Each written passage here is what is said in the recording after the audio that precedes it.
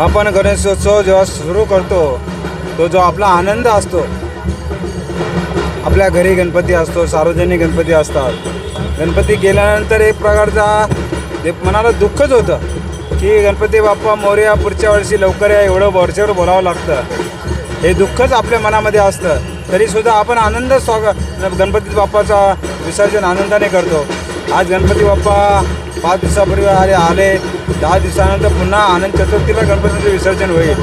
गणपती बाप्पा एवढीच प्रार्थना आहे की सर्वांचा आयुष्य चांगलं राहू दे, निरोगी राहू दे, सर्वांना सुखी राहू दे, आनंदात राहू दे, एवढी प्रार्थना करतो.